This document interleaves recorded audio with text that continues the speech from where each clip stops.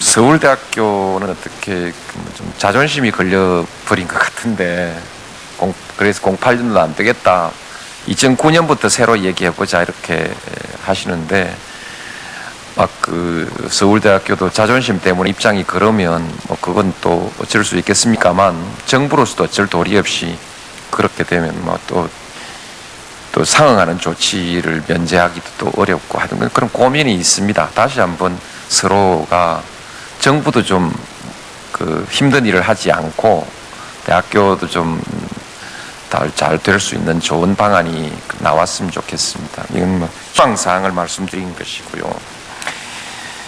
분명하게 언론에 대해서 말씀드리고 싶은 것이 있는데요. 잘 아시리라고 생각합니다. 사실을 정확하게 전달해 주셔야 되는데요. 2008년도 대입 제도는요, 2004년도에 당사자 간에 모두 합의한 것입니다.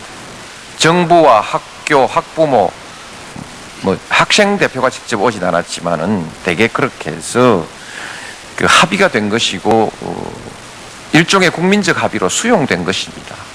그 기본을 지켜주셔야죠.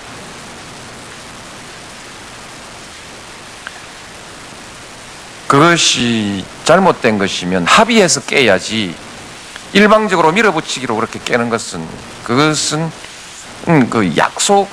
약속이라는 것 자체로서 옳은 일이 아니고, 그리고 국민들에 대한 도리도 아닙니다. 우리가 대학의 신뢰를 얘기하지 않습니까? 대학의 신뢰라는 것은 스스로 약속을 지키고 신뢰성 있게 행동해야 하고요. 그 다음에 그 사회가 요구하는 요구에 기여해 줘야 됩니다. 그리고 다른 사회 집단과 달라서 지성 집단이잖아요. 최고의 지성의 집단이기 때문에 우리 사회가 나아가야 될 가치와 전략에 있어서의 총체적 방향을 제시하고 사회를 앞서서 이끌어가야 합니다. 그거 하기 위해서는요, 집단 이기주의를 버려야 됩니다.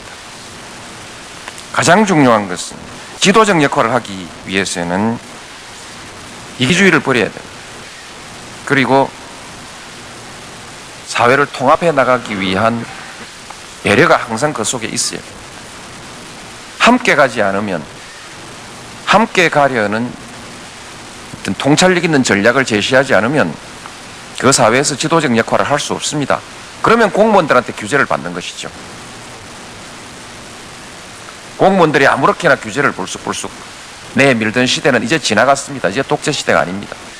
옛날의 버릇이 얼마가 남아있을지 모르지만 그렇게 할 수 없습니다. 국민들이 결코 뒷받쳐주지 않기 때문에 공무원들이 아무렇게나 규제하지 못합니다. 대학이 공무원들의 규제를 받지 않는 대학이 됐으면 좋겠고요. 스스로 그런 노력을 좀 해주시면 좋겠고요.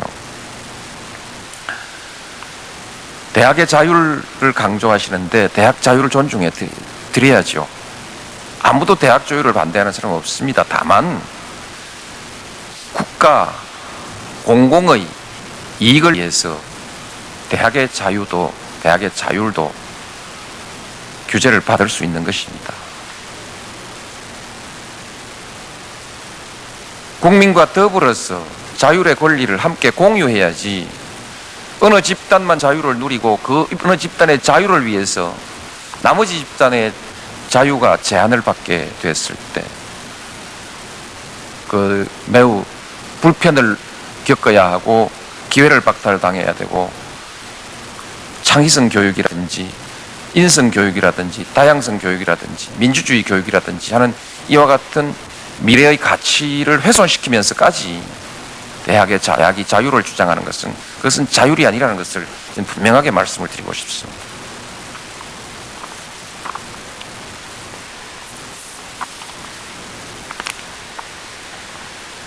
우리 한국 사회가 경쟁의 사회이기 때문에 경쟁력 강화 전략에서 교육 정책을 얘기하는 것도 불가피합니다. 그러나 전에 말씀드린 대로 장기적 안목에서 보면은 우리 사회의 도덕적 가치를 정진시켜 나가는 것이 결국 국가 경쟁력으로 귀결된다. 그 점을 우리가 분명하게 가지고 가야 합니다. 기업은 눈앞에 이익에 급급할 수도 있지만은 대학교는 그래서는 안 된다. 저는 그렇게 꼭 말씀을 드리고 싶습니다. 특히 교육은 그래서는 안 된다. 그래서 우리 전 국민 경쟁력, 국민적 통합, 균형 있는 사회, 다양성 있는 사회, 이와 같은 가치를 함께 우리가 교육의 정책에서 살려나가야 된다. 그렇게 말씀을 드리고 싶고요. 사회적 자본 이론도 좀 전에 언급했습니다만 이 점에 대해서는 우리 사회 전체가 정말 관심을 가져야 됩니다. 눈앞에 비용 얼마를 절감하고 시그마한다고 전부 다 성공하는 것은 아닙니다. 그 사회의 신뢰와 안정, 통합이 받쳐지지 않으면 어떤 기업도 그 사회에서 성공할 수가 없습니다.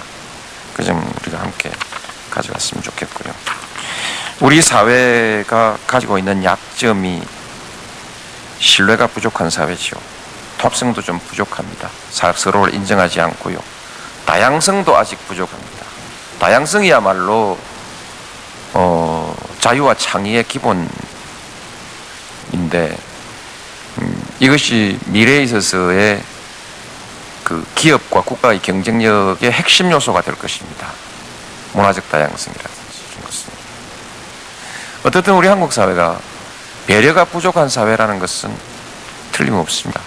그냥 숫자로 대강 보면요.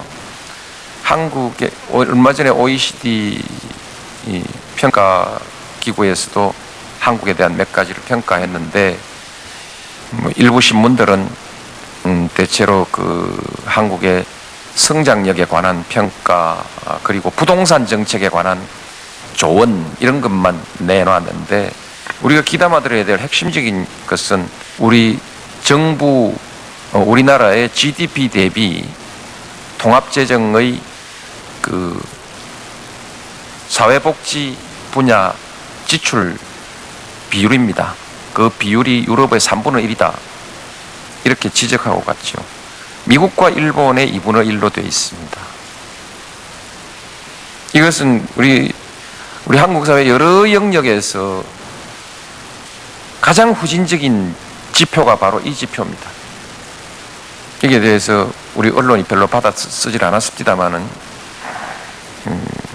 이것은 우리 한국 사회가 대단히 배려가 부족한 사회라는 것을 아주 상징적으로 증명하고 있는 것입니다. 오늘날에도 우리 사회의 강자의 목소리가 너무 큽니다. 너무 일방통행하고 있습니다. 이 자리에 계신 여러분 모두 그리고 저를 포함해서 다 성공한 사람들이고 우리 사회에서는 강자들입니다. 강자가 강자의 이익을 위한 목소리를 높이 내고 강자를 위한 정책이 일방통행하게 됐을 때 우리 사회는 결국 분열될 것입니다.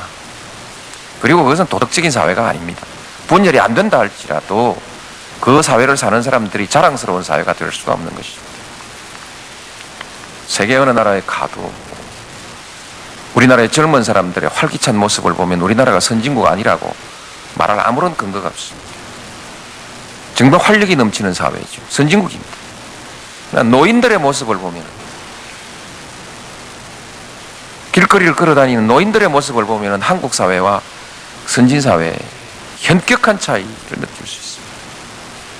초점 없는 눈, 어디 의지할 데 없고 방향도 목표도 없이 아주 초라한 모습으로 떠밀려 다니는 우리 노인들의 모습을 보면 우리 한국이 결코 선진국 갈 거 그렇게 큰 소리 할 수 없습니다. 이 배려가 부족한 사회라는 점을 염두에 두고 우리 교육도 배려가 있는 사회, 사람을 키울 때 배려할 줄 아는 사람을 키워야 하고 교육 정책 자체에서도 배려가 있는 교육을 해야 되지 않을까 저는 그렇게 생각합니다. 한국 사회, 저는 한국의 지성사회에 대해서 저는 심각한 우려를 가지고 있습니다. 주택정책이 얘기하는데 모든 주택정책의 기준이 특정 지역입니다. 거기서 오르면 다 오른 것이고 내리면 다 내린 것이고 거기서 오르면 큰일 나고 내리면 큰일 나고 올라도 큰일 내려도 큰일인데 다른 지역은 안중에 없습니다. 부동산 정책 가지고 지난 5년 동안 정말 고생 많이 했습니다. 교육정책 얘기할 때도 교육정책에서 학생들의 애로를 얘기할 때 절반은 외고 학생들 얘기를 하는 것 같습니다.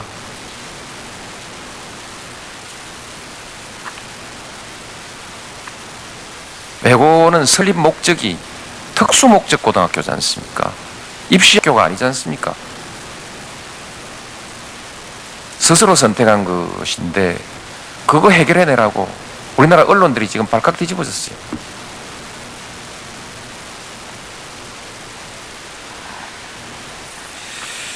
야.